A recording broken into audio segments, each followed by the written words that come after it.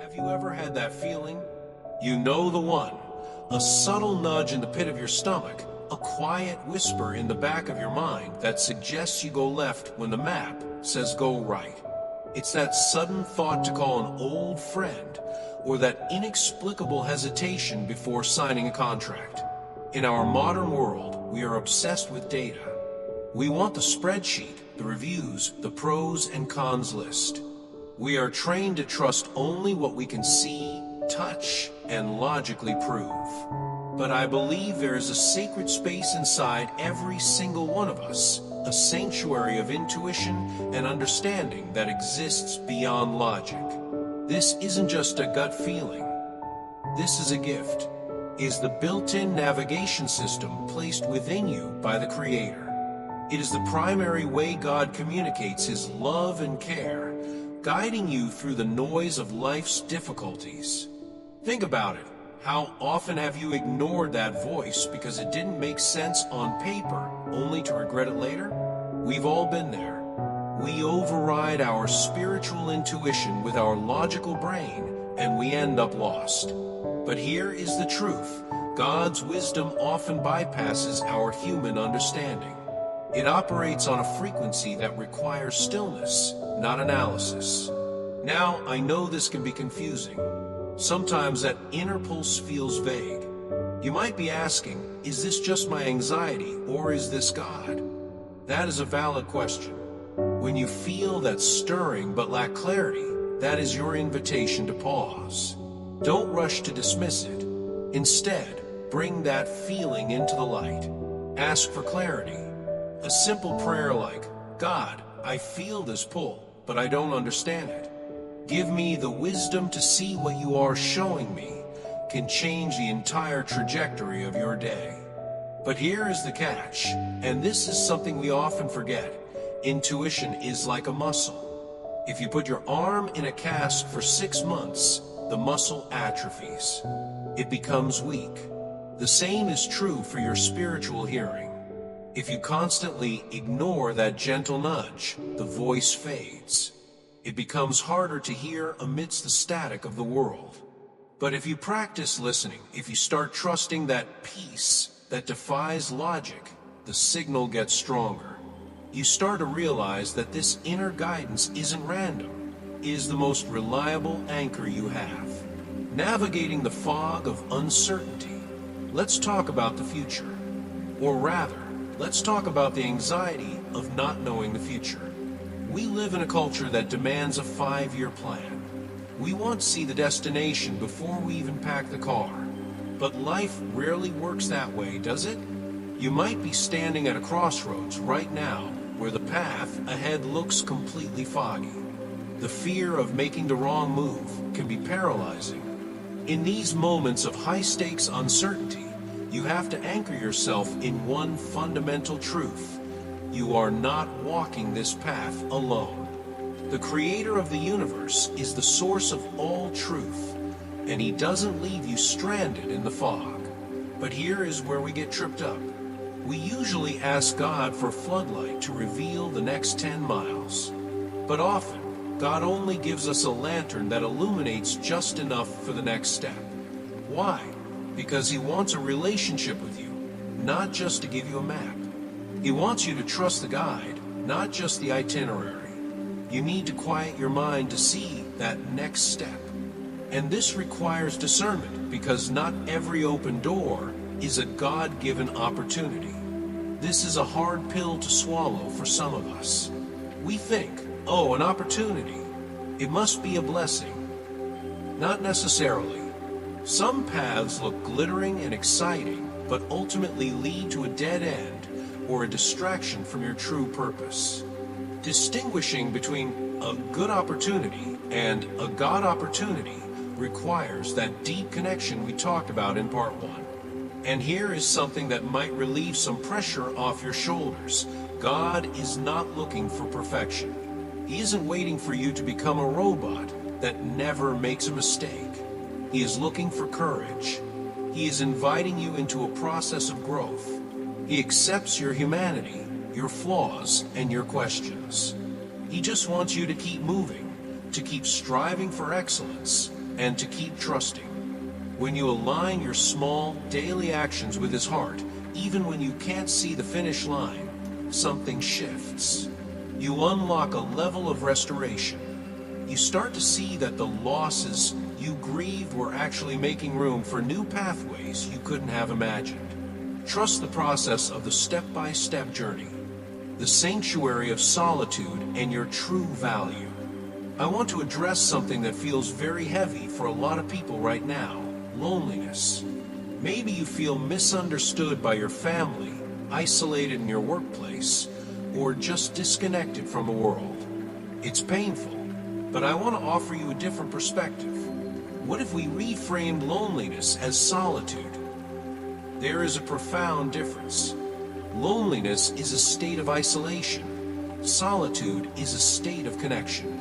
Those moments when the world pulls away, when you feel misunderstood, those are actually sacred invitations. They are the green room before the show. It is in that quiet, hidden place that God does His deepest work. He heals wounds you didn't know you had and refreshes a spirit that the world has drained dry. In this silence, you might face a battle. It's the battle of the mind. We all have that inner critic, the enemy, that whispers toxic lies. You aren't good enough. You've messed up too much. You're invisible. You have to actively fight these thoughts. You cannot be passive about your own value. You need to look at your dreams, those deep, nagging desires to create, to help, to build, and realize they aren't random accidents. They are evidence. They are the blueprints God left in your heart. You need to start seeing yourself through the lens of the Creator, not the distorted mirror of society or your past mistakes. When God looks at you, He doesn't see a project that needs fixing. He sees a radiant, redeemed child. He sees a masterpiece. If you are holding on to beliefs that contradict that, if you believe you are unworthy or unlovable, you need to let those go. They are chains, and they do not belong to you. God's guidance always, always leads to freedom. It leads to peace. If a thought brings you panic, shame, or self-hatred, it is not from God. So take this time of solitude. Don't run from it. Don't fill it with scrolling or noise. Sit in it. Let it be the place where you remember who you actually are. Your dreams are valid, your life has weight, and you are loved beyond your capacity to understand. That is the truth that changes everything. The art of the no and the company you keep. Let's talk about something that trips almost all of us up: the open door. In our culture, we are taught to say yes. Say yes to the promotion, yes to the date, yes to the opportunity. We have this deep-seated fear that if we don't walk through every door that opens, we are going to miss our destiny. But here is a hard truth we need to wrestle with. Not every open door is an invitation from God. Sometimes an open door is a trap. Have you ever walked into a situation, a new job, a relationship, a financial deal, where everything looked perfect on paper, but your spirit felt unsettled?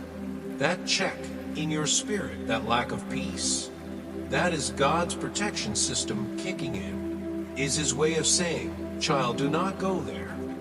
We often pray for God to open doors, but we rarely thank Him for closing them. We need to flip that script. You need to learn to trust God's no just as much as you trust His yes. When a relationship ends abruptly or a job opportunity falls through, it feels like rejection. But in the spiritual realm is often redirection. God isn't trying to hurt you.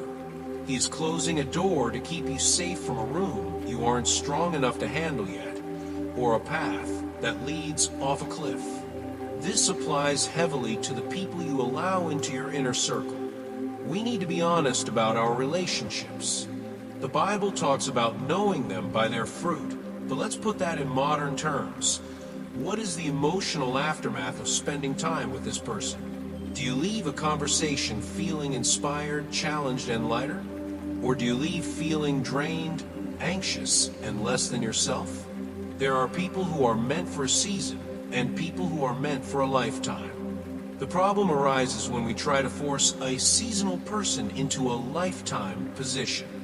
If someone constantly undermines your dreams, disrespects your boundaries, or pressures you to compromise your values, that is not just a personality clash.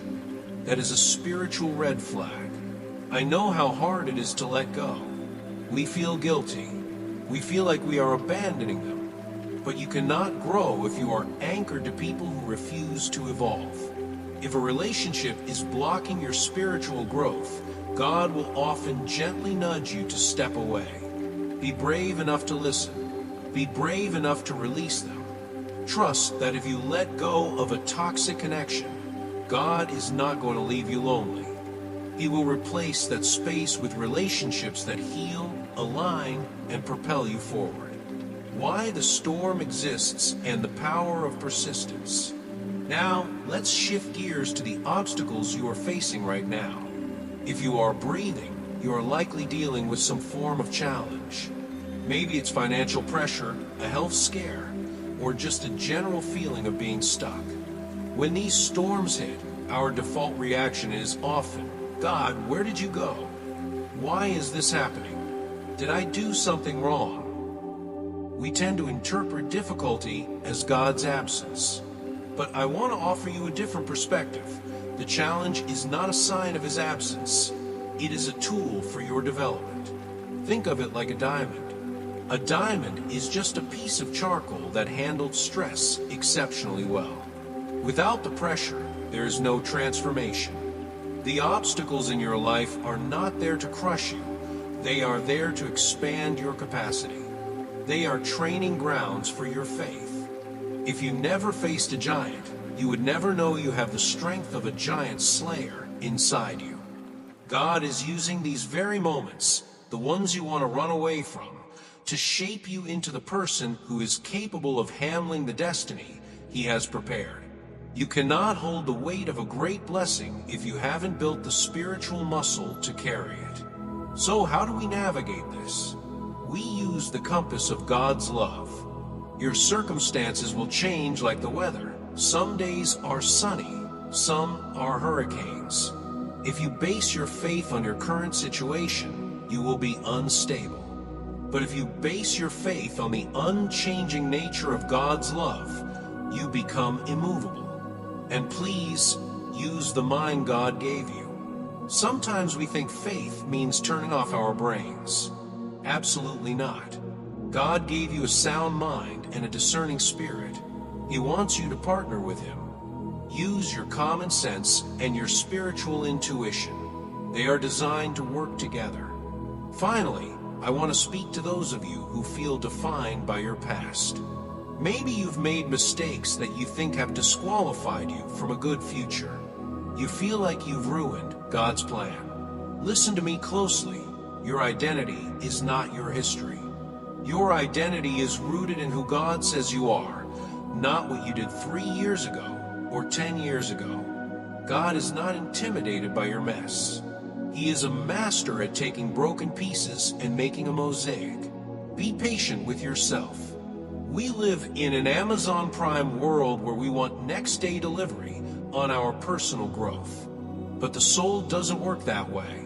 Real change is slow. It's messy. It's 3 steps forward, 1 step back. And that is okay. God is committed to walking that slow road with you. He isn't rushing you. So don't give up just because you aren't at the finish line yet. The victory is in the persistence, the fuel for your fight, and the guarantee of victory. Let's talk about your schedule for a second. We are all busy. We live in a world that glorifies hustle culture. But amidst the noise and the deadlines, where does God fit in? For many, spending time with God feels like another item on a to-do list, a religious obligation we try to squeeze in between coffee and the commute. But I want to challenge you to shift your perspective. Connecting with your Creator isn't a duty. It is a survival strategy. It is the oxygen for your soul. You wouldn't try to drive your car across the country on an empty tank. Yet so many of us try to navigate the complexities of life with an empty spirit. When you prioritize that connection, not out of guilt, but out of necessity, you tap into a power source that human effort simply cannot replicate. This is crucial because you are waiting for something, aren't you? There are desires in your heart, dreams of stability, family, purpose that haven't manifested yet. The waiting room is a hard place to be. It's easy to become cynical and think, maybe God forgot. But let me assure you, God is never late. He is rarely early, but He is never late.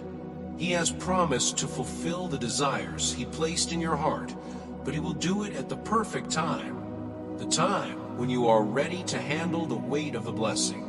When fear tries to surround you, when the bank account looks low, or the medical report looks scary, you have a choice. You can listen to the fear, or you can remember the promise.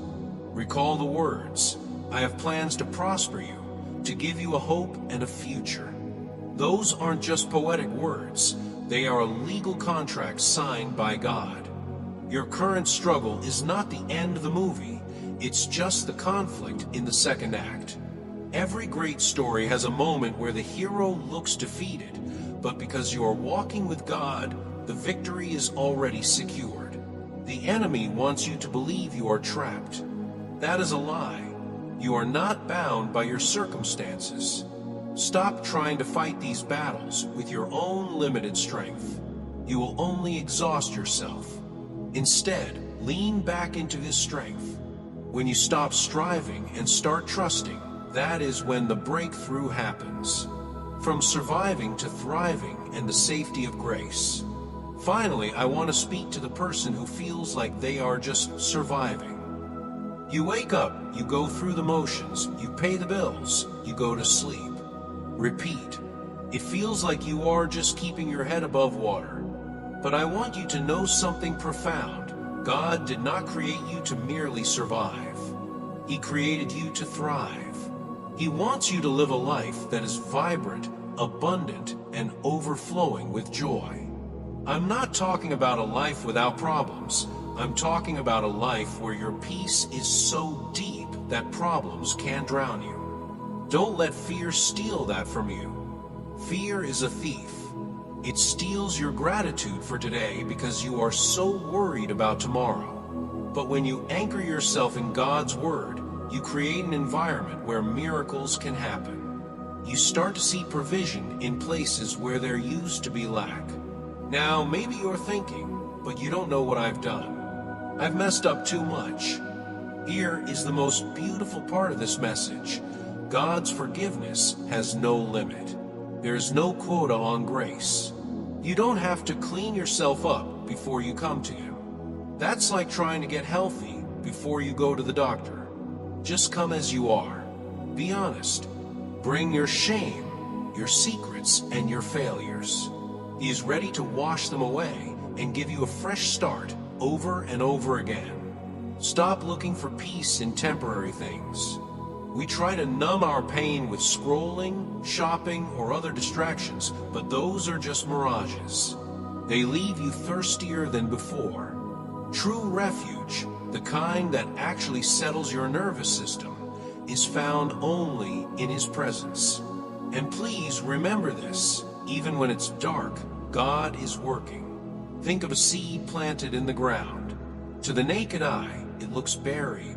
It looks like it's in a grave. But down in the dark, it is breaking open. It is rooting. It is preparing to grow.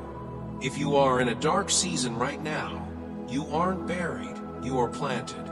God is clearing the path, moving obstacles you can't see, and preparing a harvest of blessings that will blow your mind. Trust Him in the dark, and you will soon see